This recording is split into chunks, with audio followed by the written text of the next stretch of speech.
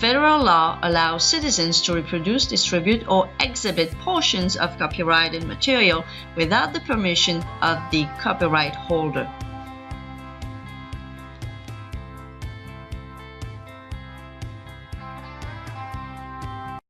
Bonjour, aujourd'hui je voulais faire une vidéo basée sur un article que j'ai écrit et publié la semaine dernière sur medium.com.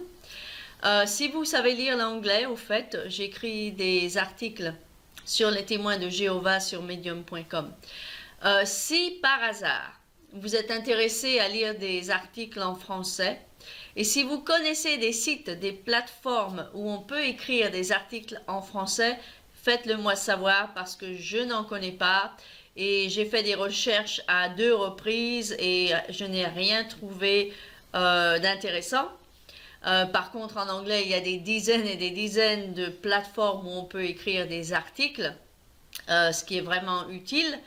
Et malheureusement, je ne peux pas trouver l'équivalent en français, en France. Donc, si vous connaissez des plateformes où on peut écrire des articles, faites-le moi savoir. En attendant, je vais vous parler aujourd'hui du thème de l'article, du dernier article que j'ai publié, qui est intitulé en anglais Why the Religion of Jehovah's Witnesses is Unsafe for Children. Et la traduction française serait Pourquoi la religion des témoins de Jéhovah est-elle dangereuse pour les enfants? Donc, considérons les faits. Pourquoi cette religion est en fait dangereuse pour les enfants, encore beaucoup plus que pour les adultes. En tant que coach, quand un client m'aborde, quand un client demande mes services, que ce soit homme ou femme, et je traite surtout des femmes parce que ma spécialité, c'est d'aider les femmes qui ont des problèmes dans leur relation avec les hommes. Pas dans leur relation sexuelle, mais dans leur relation émotionnelle. La plupart du temps, pour ne pas dire à chaque fois, le problème vient toujours de l'enfance. Quelconque problème que vous ayez, que vous soyez conscient de ce problème ou non conscient de ce problème, va venir de votre enfance. La raison pour laquelle c'est le cas, c'est que le subconscient d'un enfant est formé d'une manière absolument cruciale entre l'âge de 0 et 7 ans et d'une manière encore très importante entre l'âge de 7 ans et 16 ans. Donc, il est évident que ce qui se passe, ce que vous allez observer, ce que vous allez entendre et ce que vous allez vivre en tant qu'enfant entre l'âge de 0 à 15 ans, ça va vraiment marquer le reste de votre vie. Et c'est vraiment en fait entre 0 et 16 ans exactement. Ça va vraiment marquer le reste de votre vie. Pour vous donner un exemple, j'ai beaucoup de clients entrepreneurs aussi, en plus des femmes. Ça, c'est une autre clientèle que j'ai, des jeunes entrepreneurs, des nouveaux entrepreneurs. Ils ont ce que l'on appelle dans mon business un thermostat financier. Qu'est-ce qu'un thermostat financier? Eh bien, c'est ce que votre cervelle a adopté quand vous étiez petit, quand vous étiez petite, un thermostat financier à ne pas dépasser. Et quand quelque chose est au niveau du subconscient, eh bien, ça ne part plus, à moins que vous l'enleviez consciemment, et ça prend du temps et de l'énergie et des efforts.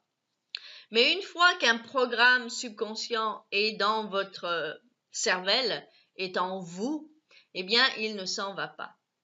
La raison pour laquelle beaucoup de gens ont un thermostat financier, c'est qu'ils ont grandi dans des familles qui rejettent l'argent, consciemment ou inconsciemment, et très souvent inconsciemment. Et c'est un exemple que je vous donne. Quand on rejette l'argent en disant qu'on n'aime pas l'argent, que l'argent est sale, que l'argent est ci, que l'argent est là, que l'argent ne pousse pas sur les arbres, et tout ce genre de commentaires négatifs sur l'argent, eh bien, Un enfant qui entend tout ça et qui voit ce qui se passe, qui comprend comment ses parents voient l'argent, par exemple, eh bien, il va se former un thermostat subconscient, un thermostat financier subconscient. Ce qui va dire que si, par exemple, votre thermostat financier subconscient est de ne pas gagner plus de 1000 euros ou 1000 dollars, selon où vous m'écoutez dans le monde, par mois, eh bien, vous n'allez jamais gagner beaucoup plus ou beaucoup moins qu'environ 1000 dollars par mois. Si votre thermostat subconscient est de ne pas gagner plus de 10 000 euros ou 10 000 dollars par an, eh bien, vous allez voir que vous n'allez jamais gagner plus que cette somme. En fait, une chose qui est très, très flagrante, les gens qui, par exemple, par accident, ont une forte rentrée d'argent, mais qui malheureusement ont un thermostat financier qui est bas, eh bien, ils vont s'arranger pour perdre cet argent, pour le dilapider, pour quoi que ce soit, mais pour que cet argent disparaisse, pour qu'ils reviennent à leur thermostat financier. Et ça, mes chers amis, vous ne savez peut-être pas, c'est peut-être quelque chose de complètement nouveau pour vous, mais c'est réglé par le subconscient. Donc, je vous explique ça au tout début de cette vidéo pour que vous compreniez à quel point ce qu'on absorbe quand on est enfant est très important. Il va marquer le reste de notre vie. C'est pour ça que c'est très, très insalubre de grandir dans une secte, que ce soit la secte des témoins de Jéhovah ou dans pratiquement n'importe quelle secte.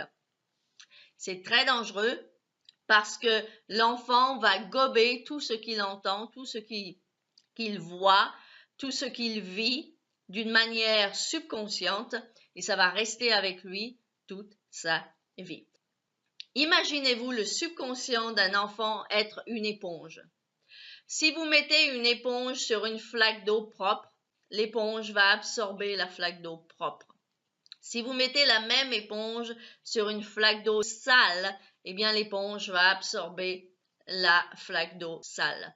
Et c'est pour ça qu'il est crucial, quand on a un enfant, de bien surveiller, absolument faire très attention ce qu'on leur inculque dans le cerveau, parce que ça va directement dans le subconscient et c'est ce que l'on appelle en anglais de subconscious programming, la programmation du subconscient. Et je vous répète donc, ça se fait d'une manière cruciale entre 0 et 7 ans et d'une manière encore très importante entre 7 ans et 16 ans.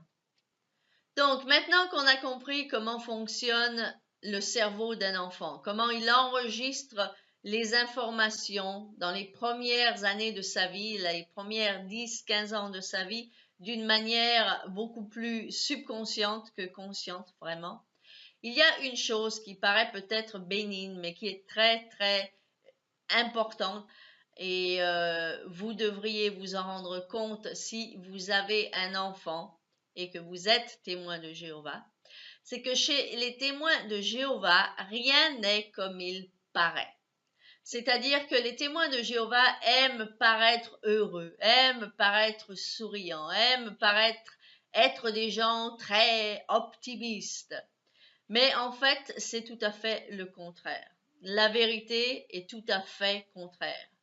La plupart des témoins de Jéhovah sont en fait déprimés, malheureux et n'attendent qu'une chose, c'est d'être délivrés de toute leur maladie, de toute leur misère par Armageddon.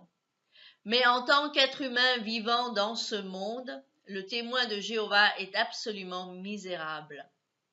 Et ça, bien sûr, c'est un environnement très malsain pour un enfant. Moi, je peux vous dire par exemple que je n'ai pas grandi dans cette religion, mais ma belle-sœur a grandi dans cette religion et elle et son frère étaient très malheureux en tant qu'enfants, grandissant dans cette organisation. Et c'est déjà pas mal qu'ils s'en sont sortis en étant des gens normaux, entre parenthèses, à part quelques problèmes qu'ils ont, parce que ça pourrait être pire. Et c'est pour ça que souvent, on voit des adultes qui ont grandi dans cette organisation, qui sont très déprimés, qui ne savent pas où ils sont dans cette société, qui se cherchent, avec de très, très, très gros problèmes. Donc, ça, c'est la première chose qui paraît peut-être un petit peu insignifiante, mais très importante. Le milieu déplorable, dépressif, négatif, dans lequel l'enfant grandit quand il grandit au milieu des témoins de Jéhovah, n'est pas sain du tout pour un enfant et pour son psyché. Autre sujet que je mentionne dans cet article, c'est que même maintenant, en 2017, la Société des témoins de Jéhovah encourage toujours la punition corporelle pour les enfants. Peut-être que ça s'est calmé un tout petit peu parce que ça devient vraiment interdit dans tous les pays civilisés, on va dire, du monde. C'est interdit depuis, je sais, plus de 15 ans aux États-Unis pour sûr. C'est interdit maintenant même en France. On n'a plus le droit de battre ses enfants, même si c'est seulement une fessée. Si vous le faites, vous avez intérêt qu'on ne vous voit pas parce que vous pouvez vous voir vos enfants enlevés par les autorités si vous le faites. Mais chez les témoins de Jéhovah, comme de toute façon les témoins de Jéhovah vivent encore en 1950, eh bien, ça n'est toujours pas découragé. Si ça n'est pas autant encouragé que ça l'était, ça n'est pas découragé non plus de battre ses enfants. Et on connaît tous, qu'on ait grandi dans cette religion ou pas, on connaît tous des témoins qui ont emmené leur enfant dans les toilettes des salles du royaume et leur ont foutu une torgnole et le gamin revenant en pleurant avec des yeux énormes et ce genre de choses. Moi, je me souviens de quelque chose que j'ai vu que je ne pouvais pas croire, même en l'ayant vu. J'ai trouvé ça absolument incroyable. C'était à une assemblée à Salisbury, en Caroline du Nord. Il y avait une mère qui battait sa fille dans les toilettes et ça devenait tellement sévère qu'il y a des sorts qui ont été appelés des anciens. Et je me souviens 2 anciens qui sont rentrés dans les toilettes de femmes pour arrêter cette folle qui tapait sa fille. Il y a des tas de témoignages dans les forums de ex-témoins qui vous parlent de comment ils ont été battus, comment ils ont été pincés, comment ils ont été maltraités par leurs parents, témoins de Jéhovah. Voici un de ces tristes témoignages que j'ai lus récemment. Je me souviens avoir été traîné au fond de la salle pour être battu. Quand mon père n'était pas là, ma mère me faisait taper par des frères. Ma mère, elle, me pinçait. Quel beau souvenir! La raison pour laquelle c'est si commun chez les témoins de Jéhovah, eh bien, c'est parce que la Société des témoins de Jéhovah, la Watchtower, le collège central, l'a toujours encouragé parce qu'il se base sur ce texte biblique stupide qui a 2000 ans que la discipline est quelque chose de bon et qu'on ne doit pas refuser le bâton ou quelque chose comme ça. Donc, de toute façon, que ce soit littéral ou non littéral, ils le prennent littéralement et ils ont toujours encouragé les adultes, les parents, à battre leurs enfants si nécessaire. Et c'est pour cela que c'est une autre raison pour laquelle il est dangereux d'être un enfant chez les témoins de Jéhovah. Certains adultes aujourd'hui en ont vraiment bavé quand ils étaient enfants, ma belle-sœur étant une d'eux, en ont vraiment bavé à cause de cette soi-disant règle de la Watchtower. Parce que la Watchtower, ils en ont rien à foutre. Eux, ils sont vieux et ils n'ont pas à se préoccuper d'être battus par leurs parents.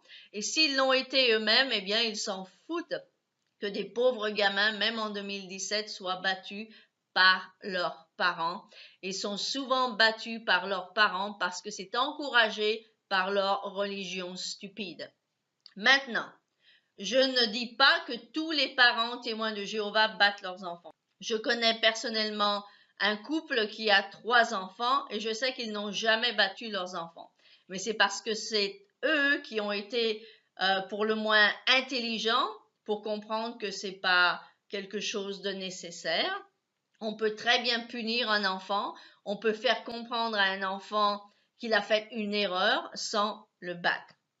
Maintenant, laissez-moi faire une parenthèse là. Si vous faites partie des gens qui croient que c'est normal de battre un enfant. Si par exemple, vous avez un problème avec un collègue de travail, que vous travaillez dans un bureau, dans une usine ou n'importe où, et un de vos collègues de travail vous fait une entourloupe et vous avez envie de le frapper pour le corriger et vous lui foutez une baffe. Est-ce que vous croyez que vous allez vous en tirer comme ça? Si vous levez la main sur un de vos collègues de bureau, un de vos collègues de travail, eh bien, vous n'allez pas vous en tirer comme ça. Cette personne peut appeler la police, faire un rapport et vous allez avoir des problèmes parce que c'est un crime. En anglais, ça s'appelle assault. C'est un crime. On ne lève pas la main sur quelqu'un. C'est un crime. Ça n'est pas quelque chose qui se fait. Donc, réfléchissez dans votre petite tête que je ne veux pas insulter et j'espère que vous êtes quelqu'un, si vous êtes témoin de Jéhovah, d'intelligent et que vous pouvez comprendre ça. Si c'est illégal de taper un adulte, qu'est-ce qui vous fait penser que c'est légal de taper un enfant qui est plus petit, qui est plus faible et qui ne peut pas se défendre? Au moins un adulte, si vous lui foutez une baffe, il peut vous la rendre. Mais un pauvre petit enfant, il ne peut pas vous la rendre. Donc ça fait de vous en plus un lâche. De battre un petit être humain qui ne peut même pas se défendre, ça fait de vous un gros ou une grosse lâche.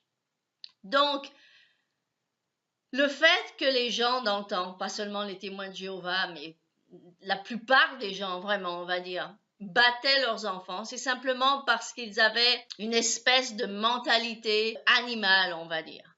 Heureusement, plus le temps va, plus l'être humain s'améliore. S'améliore dans le sens que l'intelligence humaine continue de grandir. Bien qu'il y a toujours des imbéciles, et il y en aura sûrement toujours pendant en tout cas très longtemps, mais quand même, l'intelligence humaine grandit. L'intelligence humaine croît. Et grâce à cette croissance, en 2017 et même avant, on va dire au moins dans les années 2000, on a fini par comprendre que ça n'est pas légal, ça n'est pas correct, ça n'est pas normal de battre un enfant. Mais chez les témoins de Jéhovah, comme ils sont vraiment la cervelle, on va dire, un petit peu au ralenti, c'est pas pour vous offenser, témoins de Jéhovah, mais c'est vrai, c'est pour ça que vous vivez en 1950, donc vous vivez il y a 60 ans en arrière. Donc, comme ils n'ont pas compris l'évolution des mœurs, l'évolution humaine, eh bien, ils continuent, comme je vous dis, peut-être à pas encourager autant les parents à battre leurs enfants si nécessaire, mais en tout cas, ils ne le découragent pas. Donc, une raison de plus pour laquelle il est dangereux d'être un enfant chez les témoins de Jéhovah, eh bien, c'est que beaucoup d'enfants chez les témoins de Jéhovah sont battus. Et ça n'est pas normal et ça n'est pas sain d'être battu en tant qu'enfant. Parce que, encore une fois, c'est quelque chose qui va rester au niveau subconscient et ça ne va pas être quelque chose de positif pour l'adulte que cet enfant va devenir. Ça ne veut pas dire que tous les gens battus en tant qu'enfants sont barjots, n'arrivent pas à fonctionner dans la vie. Mais beaucoup de gens qui ont été battus en tant qu'enfants fonctionneraient beaucoup mieux aujourd'hui en tant qu'adultes. C'est ça que ça veut dire. Autre raison que je mentionne dans mon article qui prouve qu'il est dangereux de grandir dans cette secte des témoins de Jéhovah, c'est la littérature inadéquate pour un enfant. Encore, si vous lisez des forums d'anciens témoins de Jéhovah qui ont grandi dans cette secte, ils vous parleront des cauchemars et de l'anxiété que ces images leur a provoqué pour certains, en fait pour beaucoup d'entre eux. Quand vous pensez au livre, à ce livre jaune qui s'appelait Mon livre d'histoire biblique, qui a été publié en 1978 et qui heureusement n'est plus publié aujourd'hui, eh bien dans ce livre, il y a un record d'images monstrueuses pour un enfant. Bien sûr, ce n'est pas des images monstrueuses pour un adulte, mais vous ne pouvez pas comparer votre tête d'adulte à la tête d'un enfant. Pour un enfant en bas âge, tout est multiplié par 1000. Vous ne pouvez pas comparer. Je vais vous donner un petit exemple dans une seconde pour que vous compreniez ce que je veux dire. Donc, dans ce livre, avant de vous donner cet exemple, dans ce livre, il y a plein de meurtres et de gens morts. On voit une femme jetée par la fenêtre, on voit un homme qui s'apprête à couper un bébé en deux, on voit un Égyptien portant son enfant mort qui a été tué par Dieu lui-même. Eh bien, ce genre d'image, ce genre d'histoire, pour un enfant, quand on pense que ce genre de livre a été mis dans les mains d'enfants avant qu'ils aient même l'âge de lire, c'est-à-dire aussi jeunes que 1 ou 2 ans, ce genre de livre dans des petites mains d'enfants aussi jeunes, c'est très très malsain.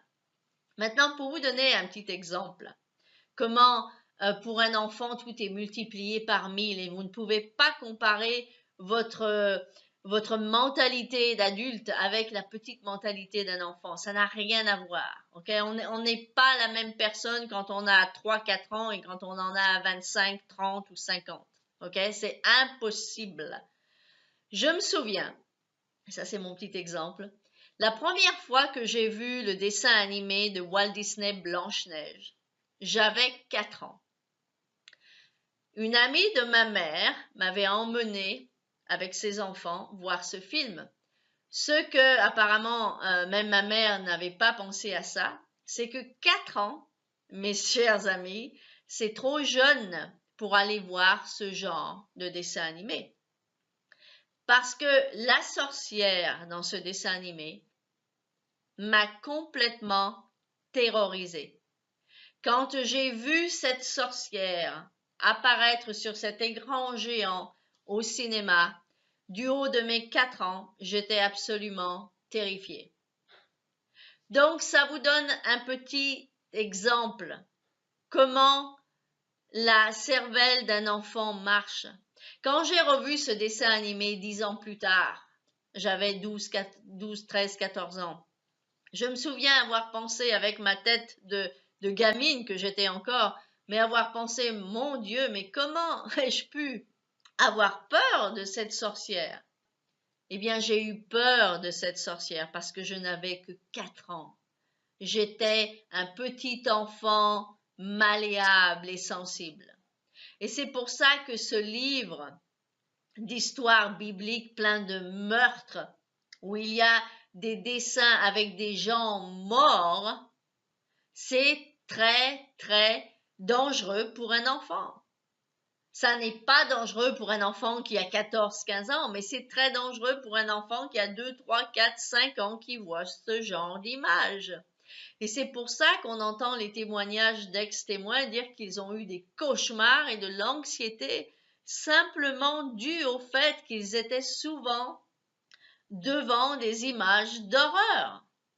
Et en plus de ça, si on rajoute les images d'Armageddon qu'un enfant voit sans arrêt, comme les adultes, comme si c'était normal qu'un enfant, un jeune enfant, surtout entre l'âge de 0 et 7 ans, soit mis devant le même genre d'informations qu'un adulte. Et ça encore, c'est pas normal. Et il a été prouvé maintes et maintes fois que malheureusement, la Watchtower, c'est pas des pédagogues. C'est des gens absolument ignorants, mais complètement ignorants en ce qui concerne de comprendre ce qui est dangereux ou pas dangereux pour un enfant, même pour les adultes, mais c'est encore pire au niveau des enfants. Ils sont encore plus ignorants au niveau des enfants. Donc voilà encore une autre raison, les images insalubres de cette organisation, de cette soi-disant religion, qui sont très malsaines pour les enfants et surtout les petits enfants. Une autre raison pour laquelle il est dangereux de grandir dans cette religion des témoins de Jéhovah que je mentionne dans l'article, c'est le rappel constant de la destruction, d'Armageddon. Je me souviens avoir écouté un ex-témoin de Jéhovah dans une interview qui disait que il se sentait très mal de penser que ses camarades de classe, ses camarades d'école et même ses instituteurs allaient être détruits lors de Armageddon. Et il ressentait aussi de la culpabilité parce que il savait que s'il ne prévenait pas ses petits camarades qu'il fallait qu'ils deviennent témoins de Jéhovah, eh bien ils seraient détruits. Donc, non seulement il était terrorisé à la pensée que ses petits camarades d'école seraient détruits, mais en plus il avait l'impression que si ils étaient détruits, eh bien ce serait de sa faute. Mais vous vous rendez compte à quel point cette secte est absolument malsaine pour un enfant? Mais c'est absolument incroyable que ces gros porcs du collège central ne se rendent pas compte de l'impact de leurs croyances et de leurs doctrines ridicules. Au point qu'un enfant en bas âge, on va dire que surtout les enfants qui ont moins de 10-12 ans, vous vous rendez compte du fardeau qu'ils ont sur les épaules? Ils sont terrorisés, ils sont angoissés déjà par le fait de penser que d'autres enfants de leur âge vont être détruits à Armageddon, mais qu'en plus, ils seront responsables parce que tout ce qu'ils ont à faire, c'est de prêcher à leurs petits camarades. Comme ça, les petits camarades, ils vont devenir témoins de Jéhovah puis ils vont pas être détruits. C'est absolument, absolument ignoble. Et c'est pour ça que j'ai définitivement parlé de ça aussi dans mon article. Et finalement, dernier point que je mentionne dans mon article, point qui prouve que cette organisation, cette religion est dangereuse pour un enfant, c'est le déni de soi. Quand vous êtes témoin de Jéhovah, vous apprenez très très tôt dans la vie, si vous grandissez dans cette religion, vous apprenez ça très très tôt en effet, que le soi, l'amour de soi, le respect de soi n'existe pas. C'est tout pour Jéhovah. Donc, le déni de soi, et encore ces pauvres ignorants du collège central ne le savent sûrement pas, et s'ils le savent, ils s'en foutent complètement. Le déni de soi, c'est quelque chose dont je suis très familière par mon métier de coach, c'est quelque chose de très malsain. C'est déjà assez terrifiant que dans la société en général, on n'apprend pas à s'aimer suffisamment, on va dire. Mais alors, quand vous rentrez dans des sectes et dans des religions sectaires, n'en parlons pas. Le témoin de Jéhovah apprend à se nier complètement. Ce qu'il aime faire ne compte pas. Comment il aime s'habiller, ça n'a pas d'importance. Les hobbies qu'il a, ça n'a aucune importance. Ce qu'il n'aime pas faire n'a aucune importance, il faut qu'il le fasse quand même. C'est complètement le déni de soi à 100%. Eh bien, le déni de soi, c'est très malsain, en effet, pour toute personne. Et c'est très, très malsain de grandir avec ce déni de soi. Et c'est pour ça que on voit tant de problèmes chez des témoins de Jéhovah qui ont grandi dans cette secte. Le déni de soi, en fait, apporte beaucoup de dépression. une des raisons de la dépression chez le témoin de Jéhovah, c'est ça, le déni de soi. Et en tant qu'être humain, il est naturel, il est normal et il est même conseillé et sain d'avoir un amour de soi, de se prévaloir, de se valoriser et de se mettre dans la tête qu'on est important, qu'on est sur terre pour quelque chose, qu'on a de la valeur. Et quand vous grandissez, en tant que témoin de Jéhovah, c'est l'inverse. Vous ne comptez pas. Vos opinions, on s'en fout. Vos choix, on s'en fout. Vos désirs, on s'en fout. Tout ce qui est à votre sujet, tout ce qui est par rapport à vous, ne compte pas. Eh bien ça, mes chers amis, c'est très, très malsain pour n'importe qui, mais alors extrêmement malsain pour un petit enfant qui va grandir et former son subconscient, programmer son subconscient qui va le suivre tout au long de sa vie dans une telle culture où on lui apprend le déni de soi complet. Donc il n'a pas de personnalité, il est inexistant, il se cherche et pour terminer, il est complètement déprimé. Maintenant, bien sûr, toute personne qui a grandi chez les témoins de Jéhovah n'est pas nécessairement déprimée et complètement barjot, c'est pas ce que je veux dire. Mais on voit assez de gens qui ont vraiment des problèmes à avancer dans la vie aujourd'hui, qui ont grandi dans cette secte. Et la raison pour laquelle ils ont du mal à avancer dans la vie, certains sont déprimés, certains se cherchent, certains n'arrivent pas à comprendre tellement de choses de cette vie. Et c'est tout dû à cause du fait qu'ils ont grandi avec le déni de soi. Donc ça, c'est le dernier sujet que j'ai mentionné dans cet article.